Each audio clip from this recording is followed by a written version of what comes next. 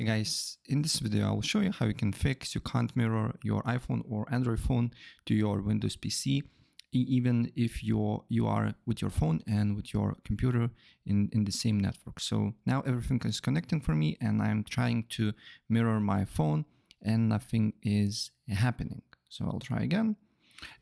Basically my PC is detected, but I cannot mirror my phone. And if you basically experiencing some same issue, I will show you why.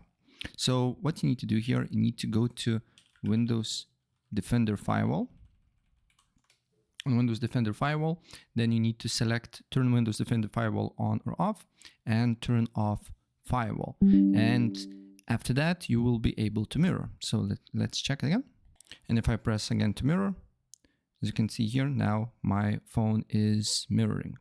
So yeah, that's basically it. Try it and let me know in the comments if it worked for you or not. So yeah, that's pretty much it.